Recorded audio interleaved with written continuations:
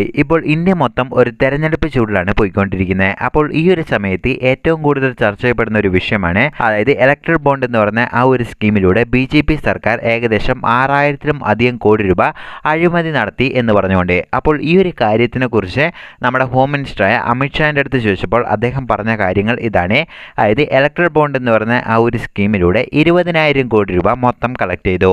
അതിൽ 14,000 കോടി രൂപ പ്രതിപക്ഷ പാർട്ടികൾക്കും അതുപോലെ തന്നെ വെറും 6,000 കോടി രൂപ മാത്രമോ BJPക്കും പോയിട്ടുള്ളൂ എന്നാണ് പറഞ്ഞിരുന്നത്. അപ്പോൾ ഇങ്ങനെ അമിത്ഷാ സമ്മതിച്ചിട്ടുണ്ടെങ്കിലും ഇതിലൊരു പ്രശ്നമുണ്ട്. അതെന്താണെന്നറിയുമോ? അതായത് അമിത്ഷാ പറഞ്ഞ കണക്കുകൾ ഫുള്ളും തെറ്റായതാണ്. അപ്പോൾ അത് എങ്ങനെയാണ് ഉള്ള കാര്യങ്ങളെല്ലാം നമ്മൾ ഇന്നത്തെ ഈ വീഡിയോ ഡീറ്റെയിൽ ആയി എക്സ്പോസ് ചെയ്യാൻ ശ്രമിക്കുന്നുണ്ട്. അപ്പോൾ ഇത്തരത്തിലുള്ള വീഡിയോകൾ ചെയ്യുമ്പോൾ ഏത് നിമിഷവും അത് യൂട്യൂബിൽ നിന്ന് എടുത്തു കളയാം. അപ്പോൾ വീഡിയോ കാണുമ്പോൾ തന്നെ നിങ്ങളുടെ ഫ്രണ്ട്സുമായി ഷെയർ ചെയ്യാൻ മറക്കരുത്.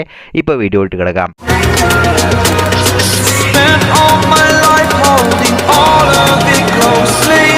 I played it innocent, a feel of discontent. I'm finally facing it all. അപ്പോൾ ആദ്യം തന്നെ ഈ ഇലക്ട്രൽ ബോണ്ട് എന്തിനാണ് ഇൻട്രൊഡ്യൂസ് ചെയ്തത് എന്ന് നമുക്ക് നോക്കാം. അപ്പോൾ പലരും പറയുന്ന ഒരു കാര്യം എന്താണെന്ന് വെച്ചാൽ, അതായത് മുൻപ് കോൺഗ്രസ് ഭരിച്ചുകൊണ്ടിരുന്നപ്പോഴും ഇങ്ങനെ ഡൊണേഷൻസ് എല്ലാം പാർട്ടിക്ക് ലഭിച്ചുകൊണ്ടിരുന്നതല്ലേ, അത് തന്നെയല്ലേ ഇവിടെയും ചെയ്യുന്നത്, ഇതിൽ എന്ത് തെറ്റാണെന്നാണ് പലരും ചോദിക്കുന്നത്. എന്നാൽ ഇതിലൊരു വ്യത്യാസമുണ്ട്.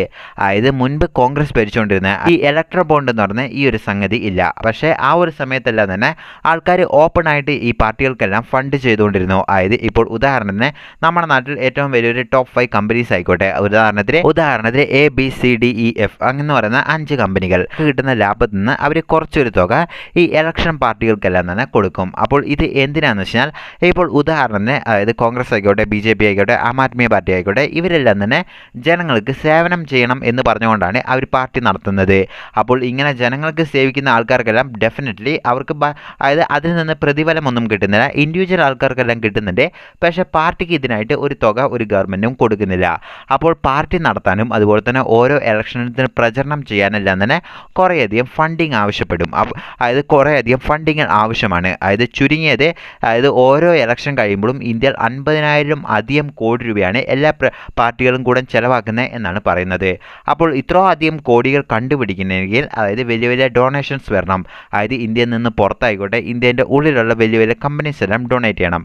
അപ്പോൾ ഈ ഒരു സംഭവം ഇന്ത്യയിൽ ആദ്യം തൊട്ടേ ഉണ്ടായിരുന്നതാണ്. അതായത് ഇത് ഇന്ത്യയിൽ മാത്രമല്ല, പുറം രാജ്യങ്ങളായ അമേരിക്ക തുടങ്ങിയ മറ്റ് രാജ്യങ്ങളിലെല്ലാം തന്നെ ഇത് കണ്ടുവരുന്ന ഒരു സംഭവം തന്നെയാണ്. പക്ഷേ ഈ ഒരു ഇലക്ട്രൽ ബോണ്ട് എന്ന് പറയുന്ന ഈ ഒരു സ്കീം കൊണ്ടുവന്നപ്പോൾ ഇതിൽ പറഞ്ഞിരിക്കുന്ന നിയമങ്ങൾ കുറച്ച് മാറ്റി. അതായത് ഇപ്പോൾ ആദ്യം എങ്ങനെയാണ് ഫണ്ട് ചെയ്യുന്നതെന്ന് വെച്ചാൽ, ഇപ്പോൾ ഉദാഹരണത്തിന് നമ്മുടെ ടോക്സ് ബൈ ആക്ഷൻ എന്ന് പറയുന്ന ഈ ഒരു ചാനൽ എന്തെങ്കിലും ഒരു കാരണത്തിന് വേണ്ടി എൻ്റെ പ്രോഫിറ്റിൽ നിന്ന് ഒരു 10% ഏതെങ്കിലും ഒരു പാർട്ടിക്ക് കൊടുക്കണമെന്ന് വിചാരിച്ചു. പക്ഷേ ആദ്യ കാലഘട്ടങ്ങളിൽ എങ്ങനെയായിരുന്നു എന്ന് വെച്ചാൽ, ഞാൻ കൊടുക്കുന്ന ഫണ്ട് ഓപ്പൺ ആയിട്ട് തന്നെ, അതായത് പബ്ലിക്കിൻ്റെ അടുത്ത് ഇന്ന പാർട്ടികൾ ഡിസ്പ്ലേ ചെയ്യും. പക്ഷേ ഈ ഇലക്ട്രൽ ബോണ്ട് സ്കീം കൊണ്ടുവന്നപ്പോൾ SBI ബാങ്കിൽ ഈ ഇലക്ട്രൽ ബോണ്ട് ഇഷ്യൂ ചെയ്യും. അതായത് ഇത്ര ദിവസം, ഒരു 10 ദിവസം ടു 15 ദിവസം വരെ ഈ ഇലക്ട്രൽ ബോണ്ട് ഇഷ്യൂ ചെയ്യും. അപ്പോൾ ഈ ഒരു കാലഘട്ടങ്ങൾ നമ്മൾ വിചാരിക്കുന്നു, അതായത് ഇപ്പോൾ ഒരു പാർട്ടിയോ അല്ലെങ്കിൽ ഒരു നേതാക്കിനോ അല്ലെങ്കിൽ ഏതെങ്കിലും ഒരു പാർട്ടിനെ നിങ്ങൾ വ്യക്തിപരമായി ഇഷ്ടപ്പെടുന്നു. അപ്പോൾ നിങ്ങൾ ഒരു കമ്പനിയുടെ ഓർഡറാണ്, ഇപ്പോൾ നമ്മുടെ തന്നെ ഉദാഹരണത്തിനെടുത്താൽ നമ്മൾ ടോക്സ് ബൈ ആക്ഷൻ എന്ന് പറയുന്ന ഒരു കമ്പനി നടത്തുകയാണ്. അപ്പോൾ ഈ ഒരു കമ്പനിയിൽ നിന്ന് എനിക്കൊരു 1000 കോടി പ്രോഫിറ്റ് ഉണ്ടായി. അപ്പോൾ ഞാൻ വിചാരിക്കുന്നു, അതായത് ഈ പാർട്ടി ഒരു നല്ലത് ചെയ്യുന്നുണ്ട്, അപ്പോൾ ഞാൻ ഒരു 100 കോടി കൊടുക്കുന്നുണ്ട് എന്ന് പറഞ്ഞ് എൻ്റെ അക്കൗണ്ടിൽ നിന്ന് ഞാൻ 100 കോടി കൊടുക്കുന്നു. അപ്പോൾ ഈ 100 കോടി ഞാൻ എങ്ങനെയാണ് കൊടുക്കുന്നതെന്ന് വെച്ചാൽ, ആദ്യം ഓപ്പൺ ആയിട്ടായിരുന്നു കൊടുത്തുകൊണ്ടിരുന്നത്. എന്നാൽ ഇപ്പോൾ ഈ ഇലക്ട്രൽ ബോണ്ട് എന്ന് പറഞ്ഞ ഈ ഒരു ബോണ്ട് വാങ്ങിയിട്ട് ഇന്ന പാർട്ടിക്ക് ഞാൻ 100 കോടി കൊടുക്കുന്നു. അപ്പോൾ ഇതിലൂടെ എന്താണെന്ന് വെച്ചാൽ, അതായത് ഇപ്പോൾ പബ്ലിക്കിൻ്റെ അടുത്ത് കാണിക്കാനും പാടില്ല എനിക്ക് ഞാൻ 100 കോടി ഇന്ന സർക്കാരിന് കൊടുത്തു. അപ്പോൾ ഇതുകൊണ്ട് എന്താണെന്ന് വെച്ചാൽ, ഇലക്ട്രൽ ബോണ്ടിൽ നിന്ന് ഞാൻ വാങ്ങി കൊടുക്കുന്ന പൈസയെല്ലാം തന്നെ അതിൽ നിന്ന് ആരും, അതായത് പുറം ലോകം അറിയാതെ അത് ഇന്ന പാർട്ടിക്ക് എത്തിച്ചേരും എന്ന് പറഞ്ഞുകൊണ്ട് വളരെ സീക്രട്ട് ആയിട്ടായിരുന്നു ഇത് നടന്നുകൊണ്ടിരുന്നത്. അപ്പോൾ ഇതിലൂടെ എന്താണെന്ന് വെച്ചാൽ, വലിയ വലിയ കമ്പനികളുടെ എല്ലാ കാര്യങ്ങളും അതായത് സീക്രട്ട് ആയിട്ട് തന്നെ കീപ്പ് ചെയ്യാൻ പറ്റും. അതുപോലെ തന്നെ അവർക്കത് ഉപകാരം ചെയ്യാനും പറ്റുമെന്ന് വിചാരിച്ചുകൊണ്ടാണ് ഇങ്ങനെ നടത്തുന്നത്. അപ്പോൾ ഇത് മാത്രമല്ല, അതായത് ആദ്യം പ്രോഫിറ്റ് ഉണ്ടാക്കുന്ന കമ്പനികൾക്ക് മാത്രമോ ഡൊണേറ്റ് ചെയ്യാൻ പാടുള്ളൂ, ഇങ്ങനെ കുറേ റെസ്ട്രിക്ഷൻസ് എല്ലാം ഉണ്ടായിരുന്നു. പക്ഷേ ഈ ഇലക്ട്രൽ ബോണ്ട് കൊണ്ടുവന്നപ്പോൾ അതിൽ നിന്ന് കുറേ ഇളവുകളെല്ലാം വരുത്തിയിട്ടാണ് ഇലക്ട്രൽ ബോണ്ട് കൊണ്ടുവന്നത്. അപ്പോൾ ഇത് അതായത് ഒന്നാമത്തെ കാര്യം എന്താണെന്ന് വെച്ചാൽ, അതായത് ജനങ്ങളിൽ നിന്ന് ഇത് ഹൈഡ് ചെയ്യും. അപ്പോൾ ഇതുകൊണ്ട് എന്താണെന്ന് വെച്ചാൽ ആൾക്കാർക്കെല്ലാം തന്നെ ഇന്ന ആൾക്കാർ പ്രതിഫലം മേടിച്ചിട്ടാണ് കൈക്കൂലി മേടിച്ചിട്ടാണ് ചെയ്യുന്നതെന്നുള്ള കാര്യങ്ങളെല്ലാം തന്നെ അറിയില്ല എന്ന് പറഞ്ഞുകൊണ്ടാണ് സുപ്രീം കോടതി പറഞ്ഞത് ഇലക്ട്രൽ ബോണ്ടിൻ്റെ എല്ലാ ഡേറ്റേഴ്സും പുറത്തിറക്കണം എന്ന് പറഞ്ഞുകൊണ്ട് ഒരു ഡേറ്റ പുറത്തിറക്കി. അപ്പോൾ ഈ ഒരു ഡേറ്റ വരുന്നതിൻ്റെ തലേ ദിവസം തൊട്ട് എല്ലാവരും തന്നെ വളരെയധികം ആവേശത്തോടെ കാത്തിരുന്നു.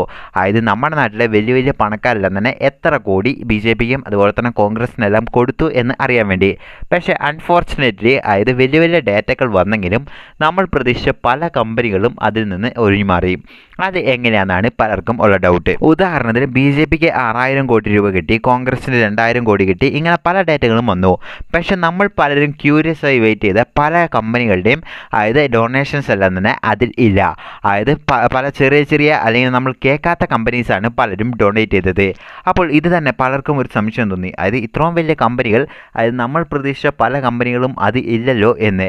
അപ്പോൾ ഇത് എങ്ങനെയാണ് അവർ ഹൈഡ് ചെയ്തതെന്നുള്ള കാര്യങ്ങളെല്ലാം നമുക്ക് ഡീറ്റെയിൽ ആയി ഡിസ്കസ് ചെയ്ത് പോവാം. അപ്പോൾ ആദ്യം തന്നെ നമുക്ക് കണക്കിലോട്ട് വരാം. അപ്പോൾ നമ്പേഴ്സ് നോക്കുകയാണെങ്കിൽ ഏകദേശം 16,942 കോടി രൂപയാണ് ഈ ഒരു സ്കീമിലൂടെ കളക്ട് ചെയ്തത് എന്നാണ് പറയുന്നത്. ഇതിൽ 50.03% BJPക്ക് മാത്രം കിട്ടിയതാണ്, 8,252 കോടി രൂപ. ആക്കി 19 ചെറിയ ചെറിയ പാർട്ടികൾക്കെല്ലാം ചേർന്ന് കുറച്ച് തുകയും, അതുപോലെ തന്നെ കോൺഗ്രസിന് 1,152 കോടി രൂപയും, അതുപോലെ തന്നെ തൃണമൂൽ കോൺഗ്രസിന് 1,705 കോടി രൂപയും, BRCക്ക് 1,438 കോടി രൂപയും, അതുപോലെ തന്നെ ബിജു ജനതാദളിന് 1,020 കോടി രൂപയും, അതുപോലെ തന്നെ തമിഴ്നാട്ടിലെ DMKക്ക് 677 കോടി രൂപയും. അപ്പോൾ ഇതാണ് ഏറ്റവും ഹയസ്റ്റ് ഫിഗർ ആയിട്ടുള്ള കിട്ടിയ തുകകൾ. അപ്പോൾ ഇത്രയും തുകകളാണ് കിട്ടിയത് എന്ന് പറഞ്ഞിട്ടുണ്ടെങ്കിലും ഇതിലും ചെറിയൊരു മിസ്റ്റേക്ക് ഉണ്ട്. അതെന്താ നമുക്ക് നോക്കാം. അതായത് ഈ പൊളിറ്റിക്കൽ പാർട്ടികളെല്ലാം തന്നെ ഈ ഇലക്ട്രൽ ബോണ്ട് കൂടാതെ വേറെ തുകയിലും കാശ് കിട്ടും. അതെന്തൊക്കെയാണെന്ന് വെച്ചാൽ ഒന്നാമത്തെ ഇലക്ട്രൽ ബോണ്ട്, ഇതിൽ നിന്നാണ് മേജർ റവന്യൂ കിട്ടുന്നത്. രണ്ടാമത്തേത് ഈ ട്രസ്റ്റ് എന്ന് പറയുന്ന ആ ഒരു രീതിയിലും അവർക്ക് കിട്ടും. അതുപോലെ തന്നെ മറ്റ് ഡൊണേഷൻസ്.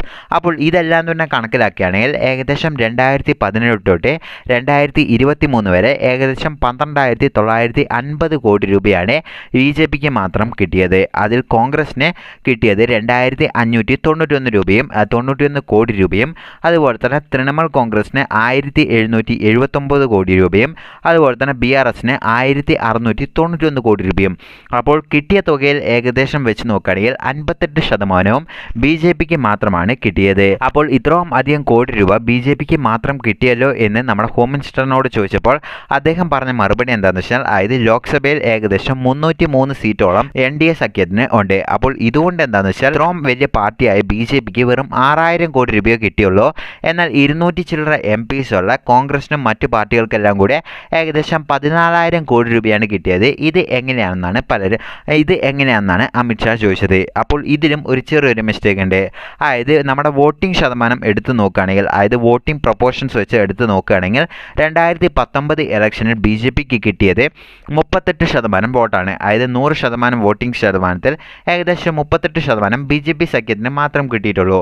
അപ്പോൾ കണക്കുകൾ വെച്ച് നോക്കുകയാണെങ്കിലും മറ്റ് പാർട്ടികൾ തന്നെയാണ് BJPനെക്കാട്ടിലും ഏറ്റവും വോട്ടിംഗ് പ്രൊപ്പോർഷൻസും കൂടിയത്. അപ്പോൾ ഈ ഒരു കണക്കും വെച്ചിട്ടും BJP കൂടുതൽ MP ഉണ്ട് എന്ന് വെച്ചുകൊണ്ട് ഇത്രയും അധികം കോടി രൂപ കിട്ടി എന്ന് പറയാൻ പറ്റില്ല. വോട്ടിംഗ് ശതമാനം BJPക്ക് വെറും 38% മാത്രമോ കിട്ടിയിട്ടുള്ളൂ. അതുപോലെ തന്നെ ഹയസ്റ്റ് റവന്യൂ ഉള്ള സംസ്ഥാനങ്ങളായ തമിഴ്നാട്, തെലങ്കാന, കർണാടക ഇങ്ങനെയുള്ള സംസ്ഥാനത്തെല്ലാം BJP അല്ല ഭരിക്കുന്നത്. എന്നിട്ടും BJPക്ക് അവിടെ നിന്നും ഫണ്ടിങ് കിട്ടിയിട്ടുണ്ട് എന്നുള്ളതാണ് സത്യം. അപ്പോൾ ഇതിൽ നിന്നെല്ലാം തന്നെ അമിത്ഷാ പറഞ്ഞിരിക്കുന്ന ബ്ലാക്ക് മണി റിമൂവ് ചെയ്യാൻ വേണ്ടിയാണ് ഇങ്ങനൊരു ഇലക്ട്രൽ ബോണ്ട് കൊണ്ടുവന്നത്. പക്ഷേ മുന്നത്തെ BJP തന്നെ വർക്ക് ചെയ്തുകൊണ്ടിരുന്ന ശിവശങ്കർ സിംഗ് എന്ന് പറയുന്ന അദ്ദേഹം പറഞ്ഞിരിക്കുന്നത് എന്താണെന്ന് വെച്ചാൽ വലിയ വലിയ കമ്പനീസ് എല്ലാം തന്നെ ഇപ്പോഴും ബ്ലാക്ക് മണി ആയിട്ട് പൊളിറ്റിക്കൽ പാർട്ടിയിലോട്ട് എത്തിച്ചേരുന്നുണ്ട് എന്നാണ് പറയുന്നത്. ഇപ്പോൾ ഉദാഹരണത്തിന് നമ്മുടെ നാട്ടിൽ ഇപ്പോൾ നമ്മളൊരു കമ്പനി നടത്തുന്നുണ്ട്, പക്ഷേ നമുക്ക് ഇലക്ട്രൽ ബോണ്ടിലൂടെ കൊടുക്കാൻ ഇഷ്ടപ്പെടുന്നില്ല. അപ്പോൾ ഞാൻ ഡയറക്റ്റ് ആയിട്ട് ബ്ലാക്ക് മണി എൻ്റെ പാർട്ടിൻ്റെ എൻ്റെ കമ്പനിയിൽ നിന്ന് ഞാൻ BJPക്കോ അല്ലെങ്കിൽ കോൺഗ്രസിനോ കൊടുക്കുന്നുണ്ട് എന്നാണ് ഇദ്ദേഹം പറഞ്ഞത്.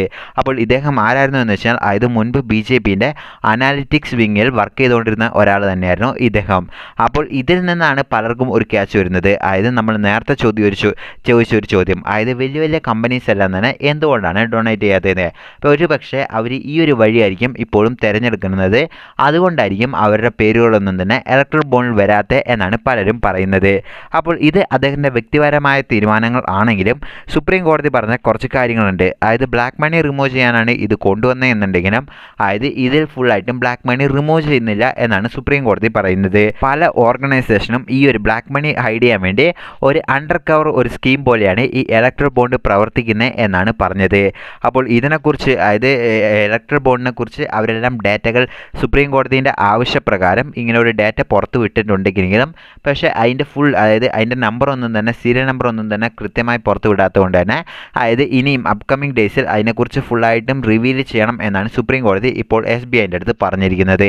അപ്പോൾ എന്തുതന്നെയാണെങ്കിലും അതായത് BJP പറഞ്ഞിരിക്കുന്നത് അതായത് ബ്ലാക്ക് മണി റിമൂവ് ചെയ്യാനാണ് ഇത് കൊണ്ടുവന്നിട്ടുണ്ടെങ്കിലും അതായത് വലിയ വലിയ കമ്പനീസായ പലരും ഇതിൽ ഡൊണേറ്റ് ചെയ്യാത്തത് ഇനിയും ബ്ലാക്ക് മണി ഫുള്ളായിട്ടും അതായത് എന്തായാലും വലിയ വലിയ കമ്പനീസ് ഡൊണേറ്റ് ചെയ്യും എന്നുള്ളത് സാധാരണ ജനങ്ങൾ തൊട്ട് വലിയ വലിയ എല്ലാ പൊളിറ്റിക്കൽ ലീഡേഴ്സിനും അറിയുന്ന ഒരു കാര്യം തന്നെയാണ്. അതായത് രണ്ട് പാർട്ടികൾക്കും അവർ ഈക്വലായി ഡൊണേറ്റ് ചെയ്യുന്നതാണ്. പക്ഷേ അതെല്ലാം തന്നെ ഇലക്ട്രൽ ബോണ്ടിൽ വരാത്തപ്പോൾ ഡെഫിനറ്റ് ആയിട്ടും ഇതിൽ ബ്ലാക്ക് മണി റിമൂവ് ചെയ്തിട്ടില്ല എന്നുള്ള കാര്യങ്ങൾ മാത്രം കൃത്യമായിട്ട് വ്യക്തമാണ്. അപ്പോൾ നിങ്ങൾ ഇതിനെക്കുറിച്ച് എന്താണ് വിചാരിക്കുന്നത്? അതായത് യഥാർത്ഥമായിട്ടും ബ്ലാക്ക് മണി റിമൂവ് ചെയ്തു എന്ന് നിങ്ങൾ വിചാരിക്കുന്നുണ്ടോ? കമന്റ് ബോക്സിൽ മെൻഷൻ ചെയ്യുക.